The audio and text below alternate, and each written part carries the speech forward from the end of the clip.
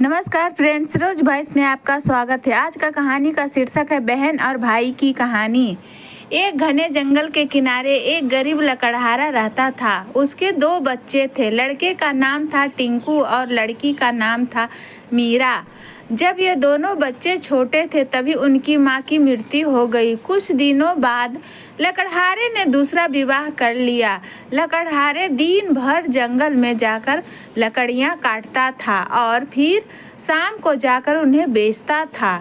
इस तरह जो कुछ 2-4 पैसे मिल जाते थे उन्हीं से वह अपने परिवार का पालन पोषण करता था। सब लोग एक टूटी फूटी झोपड़ी में रहते थे। जब लकड़हारा लकड़ी काटने चला जाता तो टिंकू और मीरा की सौतेली माँ उन्हें बड़ा दुख देती थी। वह चाहती थी कि ये दोनों बच्चे किसी तरह यहाँ से चले जाएं तो बड़ा अच्छा हो जाए। जाड़े के दिन थे। लकड़हारे काम बड़ी मुश्किल से चल रहा था। वह दिन भर में इतनी लकड़ियाँ नहीं बटोर पाता था कि किसी तरह सब लोग के खाने भर का खर्चा चल पाता। एक दिन उसकी बीवी ने रात में उससे कहा, हम लोगों के घर में इतना खाना नहीं है कि 2 आदमी भी पेट भरकर खा सके। तुम इन दोनों बच्चे को कहीं छोड़ आओ। मैं तो चाहती हूँ कि तुम इनको घने जंगल में कहीं ऐसी जगह छोड़ो कि ये फिर लौटकर घर वापस न आ सके। लकड़हारा बोला, नहीं नहीं, ऐसा कैसे हो सकता है। यह बच्चे छोटे हैं, इनको मैं जंगल में भूखा मरने के लिए कैसे छोड़ सकता हूँ। जंगल के जंगली जानवर इन्हें खा जाएंगे। इस पर उसकी बीवी ने निराश होकर कहा, तो ठीक है, इन्हें अपने साथ रखो और सब लोग भूखे मरो। खाने के लिए तो हमारे घर में है ही नहीं। वैसे भी तुम्हारे ये बच्चे तुम्हारे साथ रहते हुए भी भूखों मर जाएंगे। अगर तुम इन्हें कहीं जंगल में छोड़ आओगे तो हो सकता है इनका भाग्य इनका साथ दे और भटकते हुए कहीं ऐसी जगह पहुंच जाए जहां इन्हें भूखा न मरना पड़े। इस प्रकार उस दुष्ट स्त्री ने अपने आदमी को बहुत बहकाने की कोशिश की। अंत में हारकर लकड़हारे को अपनी बीवी की बात माननी पड़ी। वह बोला, ठीक है, कल ही हम लोग दोनों बच्चों को जंगल में छोड़ आएंगे। लकड़हारा जब अपनी बीवी से इस तरह बातें कर रहा था तो उधर दोनों बच्चे बिस्तर में चुप पड़े सुन रहे थे। अभी उन्हें नींद नहीं आई थी। जब उन्होंने सुना कि उनका पिता और उनकी सौतेली माँ उनके बारे में कुछ बात कर रहे हैं तो वे कान लगाकर सुनने लगे। सारी बात सुनकर दोनों बच्चे बहुत घबराए। मीरा छोटी थी, वह रोने लगी और अपने भाई से कहने लगी, ये लोग हमें कल जंगल में छोड़ने जाएंगे। वहाँ जंगली जानवर हमें खा जाएंगे। डर तो टिंकू को भी लग रहा था, लेकिन वह बड़ा और समझदार था। उसने अपनी बहन को समझाते हुए कहा, डरो मत, मैं तुम्हारे साथ ही रहूँगा। हम लोग कोई न कोई रास्ता ढूंढ लेंगे। मुझे एक बात सूझ रही है, तुम चुपचाप बिस्तर में लेटी रहो, मैं अभी जरा बाहर होकर आता हूँ। यह कहकर टिंकू चुपचाप उठा और अपने पिता और सौतेली माँ की नज़र बचाकर झोपड़ी से बाहर निकल आया। बाहर आकर उसने देखा कि आकाश में चांद निकला हुआ था और चांदनी में पास ही बहने वाले नाले के किनारे पड़े छोटे छोटे कंकड़ चमक रहे थे। टिंकू ने बहुत से कंकड़ उठाकर अपनी जेबों में भर लिए और फिर झोपड़ी में जाकर चुपचाप सो गया। दूसरे दिन सौतेली माँ ने दोनों बच्चों को बहुत जल्दी जगा दिया और थोड़ी ही देर में हाथ मुंह धुलवाकर उन्हें तैयार कर दिया। फिर वह बोली, चलो आज हम सब लोग जंगल में चलेंगे। वहाँ तुम्हारे पिताजी लकड़ी काटेंगे और हम लोग उनकी मदद करेंगे। उसने दोनों बच्चों को खाने के लिए मोटी मोटी रोटियां दी और फिर सब लोग रवाना हो गए। रास्ते में लकड़हारे ने देखा कि टिंकू चलते चलते थोड़ी दूर जाकर रुकता था और फिर पीछे की ओर देखने लगता था। उसका पिता बोला, सामने देखकर चलो टिंकू, पीछे क्या देख रहे हो, तुम्हें ठोकर लग जाएगी। टिंकू बोला, मैं पीछे मुड़कर अपनी बिल्ली को देख रहा हूँ। वह झोपड़ी के छप्पर पर बैठी है और हम लोगों को देख रही है। लेकिन सच बात तो यह थी कि टिंकू किसी बिल्ली को नहीं देख रहा था, बल्कि वह रास्ते में पत्थर गिराता चलता था और इस तरह वापस लौटने के लिए निशान बनाता चल रहा था। चलते चलते सब लोग जंगल के बीच घने भाग में जा पहुँचे। वहाँ जाकर लकड़हारे ने कुछ लकड़ियाँ बटोरी और उनका अलावा जलाकर बच्चे से कहा, तुम लोग यहाँ बैठकर आग तापो, मैं अभी लकड़ी काटकर आता हूँ। तुम्हारी माँ भी मेरे साथ जाएगी। दोनों बच्चे आग के पास बैठ गए। चारों तरफ घना जंगल था। दूर तक घनी झाड़ियों और पेड़ों के अलावा और कुछ भी नजर नहीं आता था। दूर पर कहीं खट खट की आवाज़ आ रही थी, जिससे उन्होंने समझा कि उनका पिता लकड़ी काट रहा है। लेकिन वास्तव में लकड़हारा तो वहाँ से बहुत दूर जा चुका था। यह खटखट की आवाज़ हवा में एक सूखी डाल के हिलने के कारण हो रही थी। धीरे धीरे रात हो गई। लकड़हारा लौटकर नहीं आया। बच्चे वहाँ आग के पास थककर सो गए। कुछ देर बाद रात में जब नींद खुली तो उन्हें बड़ा डर लगने लगा। चारों तरफ अंधेरा फैला हुआ था। पेड़ के ऊपर उल्लू बोल रहे थे और दूर कहीं सियार हुआ कर रहे थे। मीरा ने सिसकते हुए कहा, भैया हम लोग तो अब घने जंगल में खो जाएंगे और कभी भी लौटकर घर नहीं जा सकेंगे। टिंकू बोला, घबराओ मत, अभी चांद निकलेगा और फिर हम लोग घर के लिए चल पड़ेंगे। तुम मेरा हाथ पकड़ लेना, मैं तुम्हें आराम से घर पहुंचा दूंगा। थोड़ी देर बाद चांद निकला। जंगल में चांदनी फैल गई। अंधेरा कुछ कम हुआ। टिंकू अपनी बहन का हाथ पकड़कर उसे घर की ओर ले चला। रास्ता ढूंढने में उसे कोई कठिनाई नहीं हो रही थी, क्योंकि उसने रास्ते में जो कंकड़ गिराए थे वे चांदनी में चमक रहे थे। इस तरह धीरे धीरे रास्ता खोजते हुए दोनों बच्चे झोपड़ी के पास जा पहुँचे। उनको देखकर उनकी सौतेली माँ ने चिढ़कर कहा, तुम दोनों बहुत बुरे बच्चे हो। तुम कहाँ रह गए थे? हमने तो जंगल में तुमको बहुत खोजा, तुम लोग मिले ही नहीं। इतनी देर तक घर से बाहर रहते हो। लेकिन लकड़हारे को अपने बच्चों पर दया आ गई।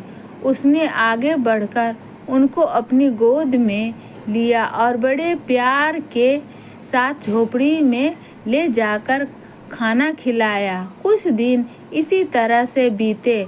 लकड़हारे की आमदनी बहुत थोड़ी थी, इसलिए सब लोग को आधा पेट खाना ही मिलता था। अंत में एक दिन फिर लकड़हारे की बीवी ने जिद की कि दोनों बच्चों को जंगल में छोड़ दिया जाए। लकड़हारे ने पहले तो उसकी बात नहीं मानी, लेकिन फिर उसे राजी होना पड़ा। दूसरे दिन तैयार होकर सब जंगल की ओर चल पड़े। इस बार टिंकू रास्ते में कंकड़ गिराने की बजाय उन रोटियों के टुकड़े फेंकता चल रहा था जो उसकी सौतेली माँ ने उसे खाने के लिए दी थी।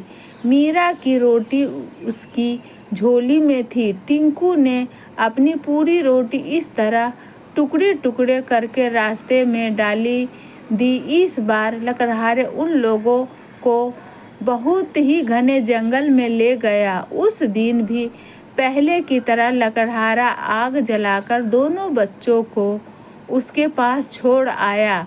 दोनों बच्चे काफ़ी देर तक अपने पिता की राह देखते रहे और अंत में थककर वहाँ सो गए। रात में जब उनको नींद खुली तो मीरा डर के मारे रोने लगी। किसी तरह टिंकू ने उसको समझाया और कहा, डरो मत, इस बार भी हम लोग आसानी से घर पहुंच जाएंगे। मैं रास्ते भर रोटी के टुकड़ों गिराता आया हूँ, उनको देखते हुए हम लोग घर पहुंच जाएंगे। लेकिन इस बार ऐसा नहीं हुआ। टुसुके ने रोटी के जो टुकड़े रास्ते में गिराए थे उनको चिड़ियाँ खा गई थी। एक भी टुकड़ा बाकी नहीं बचा था। दोनों भाई बहन जंगल में भटकते फिरे लेकिन उन्हें रास्ता नहीं मिला। भटकते भटकते हुए और भी घने जंगल में पहुँचे गए। इस तरह भटकते हुए 3 दिन बीत गए। भूख लगने पर वे जंगली फल खाकर अपने पेट भरते थे और रात में कहीं पेड़ के नीचे या किसी गुफा में सो जाते थे। सुबह होने पर वे फिर चल पड़ते थे। एक दिन जब वे लोग इस तरह चले जा रहे थे तो उन्होंने पेड़ की डाल पर एक बहुत सुंदर सफ़ेद चिड़िया बैठी हुई दिखी। चिड़िया बड़ी मीठी आवाज़ में गा रही थी। दोनों बच्चे रुककर उनका गाना सुनने लगे। अचानक चिड़िया पंख फड़फड़ाकर उड़ चली। वह उड़ती हुई और भी सुंदर लग रही थी। दोनों बच्चे खेल खेल में उनके पीछे भागने लगे। ऐसा लगता था कि जैसे चिड़िया भी उनके साथ खेल रही हो। वह भी धीरे धीरे उड़ती थी और बच्चों से आगे निकलकर किसी पेड़ की डाली पर बैठ जाती थी। जब बच्चे भागते हुए उसके पास आते थे तो वह उड़कर आगे निकल जाती थी। अंत में चिड़िया जंगल के ठीक बीच में बनी एक छोटी सी कुटिया के ऊपर जाकर बैठ गई। बच्चे दौड़ते हुए जब वहां पहुंचे तो जंगल में ऐसी सुंदर कुटिया देखकर उन्हें बड़ा आश्चर्य हुआ। पास आकर उन्होंने देखा कि वह पूरी कुटिया तरह तरह की मिठाइयाँ की गोलियों, मिश्री वगैरह खाने की चीज़ों की बनी हुई थी। दीवारों बर्फ़ी की बनी हुई थी। छत लड्डू और पेड़े से बनी थी। खिड़की में जलेबियाँ लटक रही थी। दरवाजे के सामने सीढ़ियाँ मिश्री की बनी थी। दोनों बच्चे खुशी खुशी मिठाई तोड़कर खाने लगे। थोड़ी ही देर में कुटिया का दरवाज़ा खुला और उसमें से एक बहुत ही बूढ़ी स्त्री लाठी के सहारे चलती हुई बाहर निकल आई। उसे देखकर दोनों बच्चे डरकर थर थर काँपने लगे। उनके हाथ में मिठाई छूटकर जमीन पर आ गिरी। बुढ़िया बोली, बच्चों डरो मत, तुम खूब पेट भर मिठाई खाओ, लेकिन मेरे घर को मत तोड़ो। अंदर आओ, मैं तुमको तरह तरह की मिठाइयाँ दूंगी। दोनों बच्चे बुढ़िया के साथ कुटिया के अंदर चले गए। वहाँ बुढ़िया ने उनको बहुत अच्छा खाना खिलाया। कई दिनों से दोनों बच्चों को खाने के लिए कुछ नहीं मिला था, इसलिए दोनों ने पेट भरकर खाना खाया। इसके बाद उस बुढ़िया ने 2 छोटे छोटे पलंगों पर उनके लिए बिस्तर लगा दिया।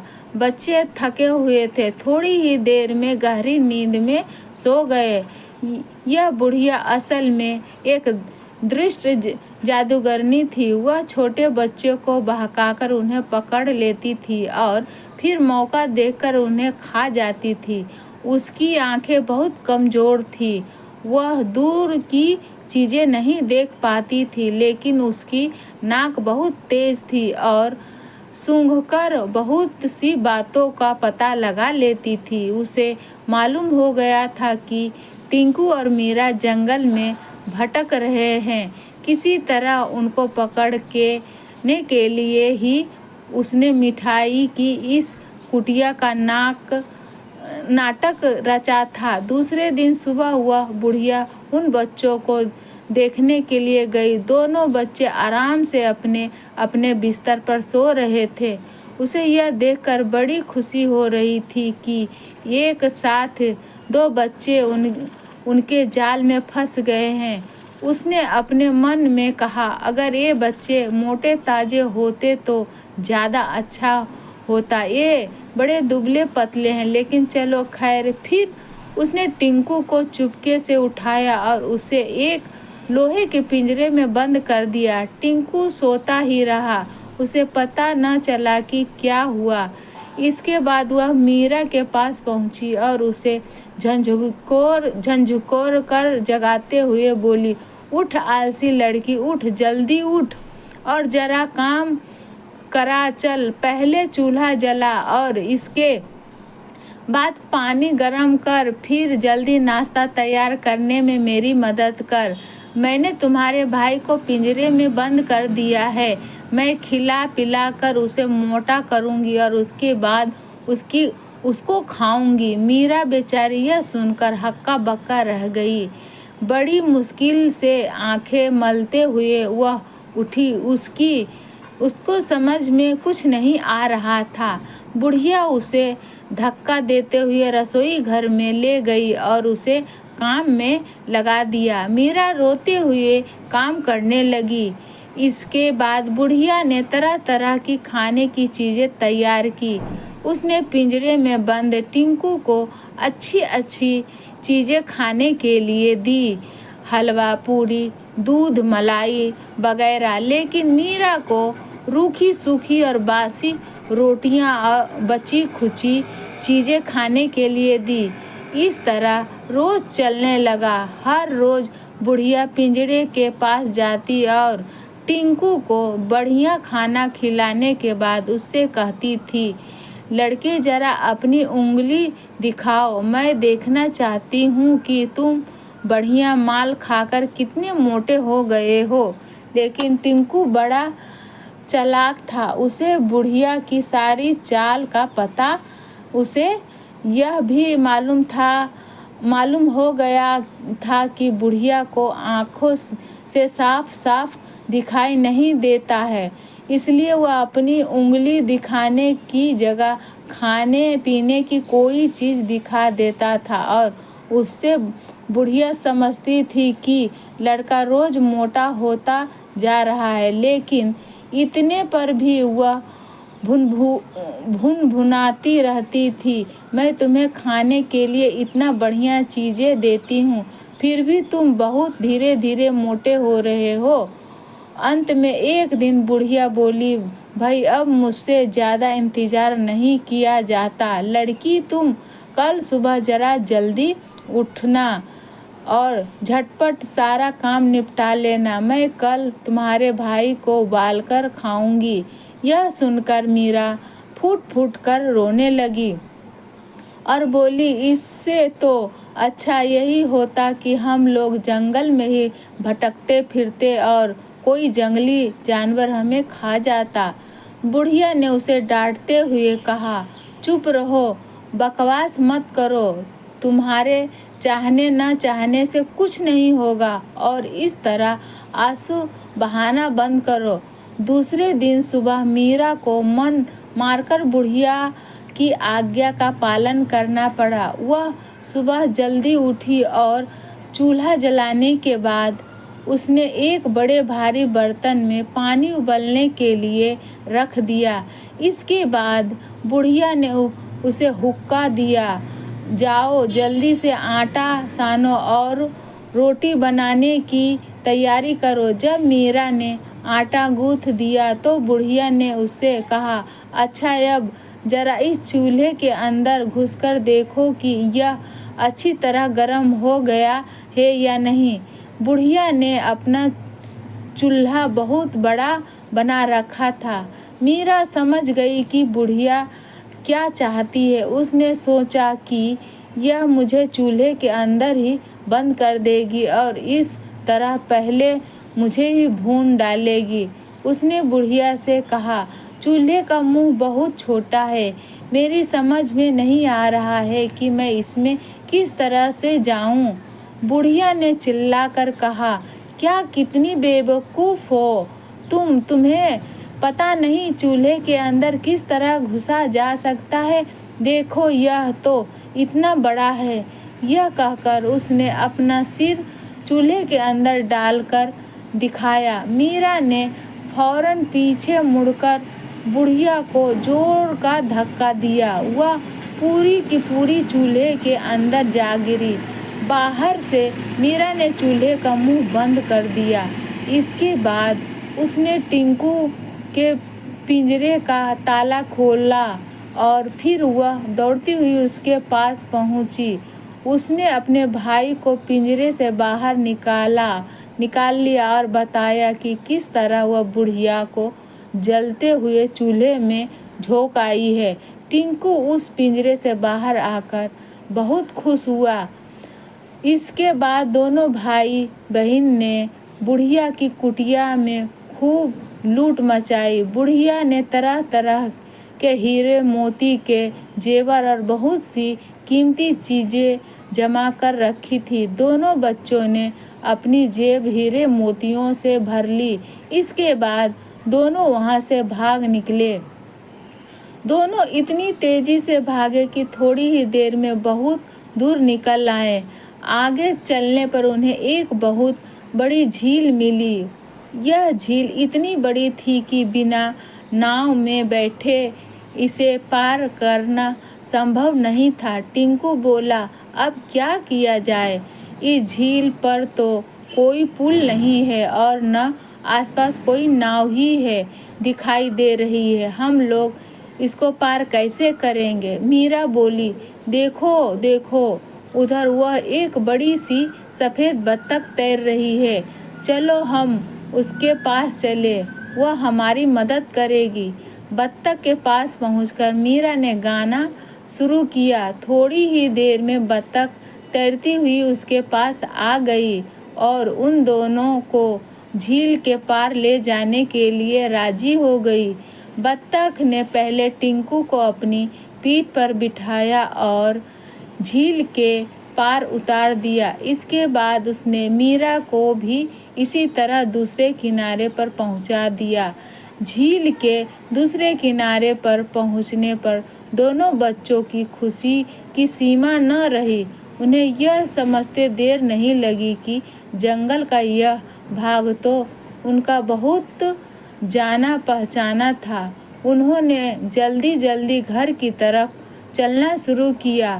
थोड़ी देर में उन्हें अपने घर का रास्ता मिल गया और वे अपनी झोपड़ी के पास जा पहुँचे। उन्होंने एक पेड़ की ओट से देखा कि उनका पिता एक कोने में बैठा लकड़ी चीर रहा था। वह बहुत दुखी मालूम होता था।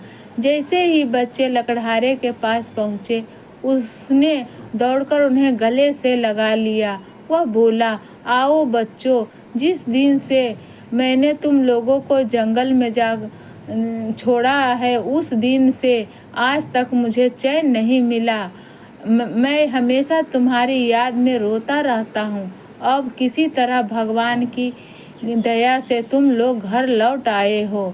अब मैं हमेशा तुम्हें अपने साथ रखूँगा और तुम्हें किसी तरह की तकलीफ़ नहीं होने दूँगा।